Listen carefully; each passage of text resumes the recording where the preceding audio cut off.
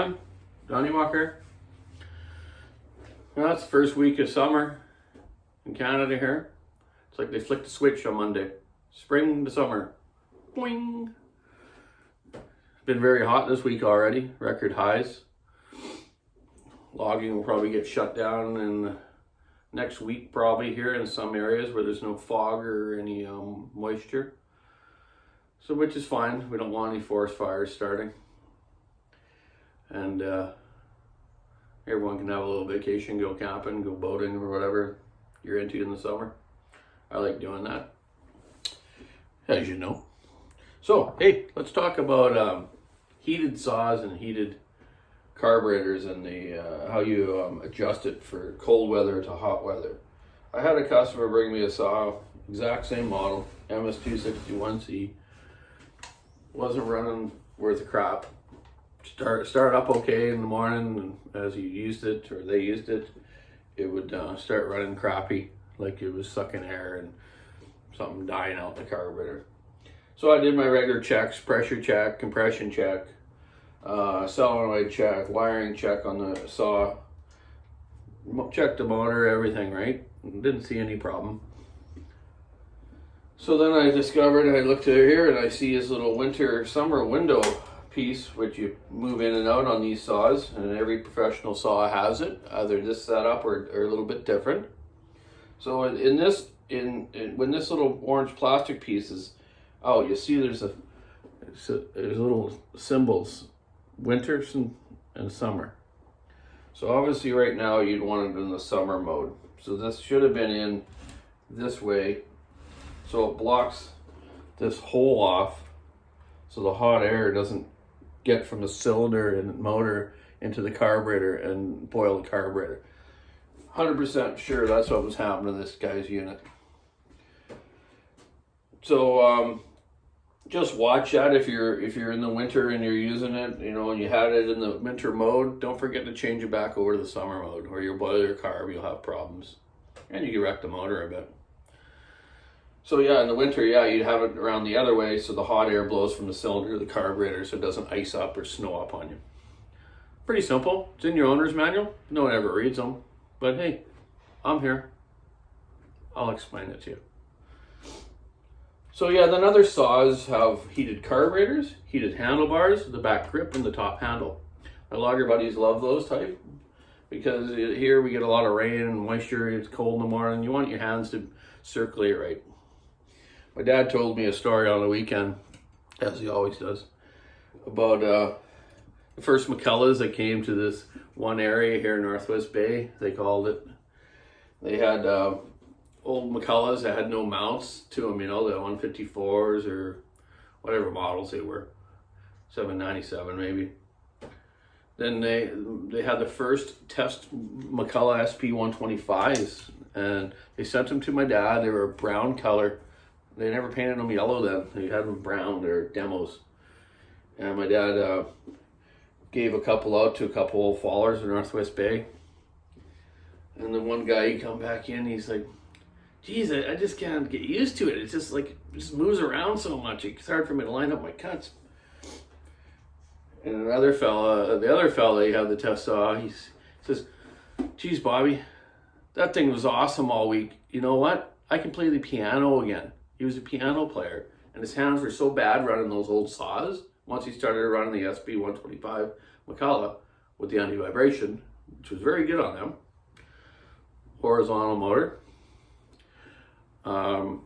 Yeah, he could play the piano again. He was so happy. My dad's like, oh, right on, man. That's cool. So yeah, that's when the first kind of anti-vibes came out, you know. So off topic, but you know what I mean. So now, you know, with the anti-vibe, they also have the heated stuff on almost every pro saw available, except for the 500i. Hopefully that might come down the road. Another thing to watch for, I've noticed a lot lately on these little Stills and Huskies, but mainly more on these, is the clutch drum wear. Your clutch drum runs your obviously your chain. So keep up on your sprocket wear too. You know, if the thing starts to bind, the chain is turning around or flanging off once in a while, change your sprocket. They're only $10 or $15 or whatever. That's cheap. Just like changing your fuel filter and spark plug, which you should do all the time. At least once every couple of months. So on the clutch drum, what happens is this hard surfacing where the bearing rides. There's a lot of force on it. And these guys are spinning these things really fast, or doing spacing with it, or tree work, running little short bars, rubbing the snot out of them. This hard surfacing comes off, and then now this drum starts wobbling around, I guess. So what happens is it messes up the oiler gear, and like the one I fixed yesterday, the oiler gear, the metal arm that drives the plastic gear was right off it because of this moving around so much. They should be tight, and they should be greased once in a while. Helps out. The chain oil does get in there and lubes them a bit, but not as much as putting decent grease on and putting them back together. Just another thing maintenance-wise. Another thing I've noticed a lot on the new stills, even the 500, 462, this bar plate. This bar plate now is like 1/10 of the thickness. Maybe not 1/10, but you know what I mean. Very, very thin. So I had one guy on his 500i just the other day. The chain wore right through this bar plate so quickly. It started wearing in the crankcase, and the oil was all leaking out. So I said, well, the crankcases are expensive. We don't even have any yet. It's such a new model. I said, take some JB Weld, fix up all that hole there where the oil's coming, and buy the older bar plates, which are 6 times the thickness. Hear that? It's tin. It's not metal. Tin. So yeah, I'm gonna try to start putting the better bar plates on all of them. You know, they're all worried about weight. All these companies, they're lightening up stuff too much. So what's a couple grams, right? You know, beefy loggers can handle it. Another thing is the wear on the clutch. The drums here, if you look in your service in the service shop book and stuff, it gives you a tolerance of how thick this is, and how when it's to a certain thickness you should replace it, which is good. But normally this part will be wore out quicker, be wobbling around, so it's a good time to change it, and it's going to help out. On my demo 462, I only had roughly around 150 hours on it, testing with a 32-inch bar with one of my logger friends. This clutch actually wore right through the drum, wore right through it. It was like, what the heck? And that didn't seem like a lot of time. So there's something to watch out for on all these newer, bigger stills. These drums are real thin. I've already ordered extras for 462s, 500s, and these 261s as well, which I sell a lot of. This one's been modified. Muffler's been ported, cylinder's been ported. These things rip. Great little saws. We run 20-inch 3/8 chain on them here, just because it'll pull it, and the guys like 3/8 chain. They use them for chunking down big trees when they're topping them, and for spacing and silviculture type work. So anyways, yeah, that's the skinny on that stuff. Yeah, new electronic carbs, you know, they're a bit hit or miss. You know, we've had some issues with these, a lot of issues with these solenoids in here. If these new saws don't idle or not run right, this little solenoid here, which they've gone to, I think they're on their 3rd version now. It's not very expensive, it's $30 or something, but I think they're kind of covering it under warranty. It depends how old your saw is. But if it's not idling right and doing whatever, I found about 80% of times it's the solenoid.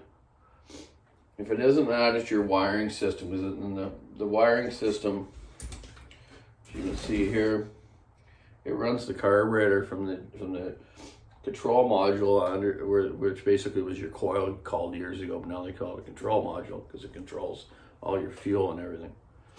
So sometimes the guy might have pulled a little too hard on the saw, broke a mount, and the wire stretches.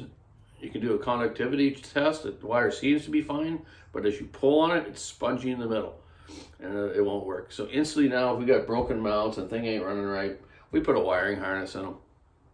They're not that expensive either, but it solves that problem. So yeah, anyways, I better get back to work here. I got another 261 here to port. It's on the bench over there in my grinding area. 390 for a friend of mine. to do. Another one for Joe Holder, another 390. So yeah, I'll get my 3 done this morning and get back to the shop, put them together. So keep your saw in the wood, stick in the ice, rubber on the road. Have a great summer. It's here. Yoo-hoo!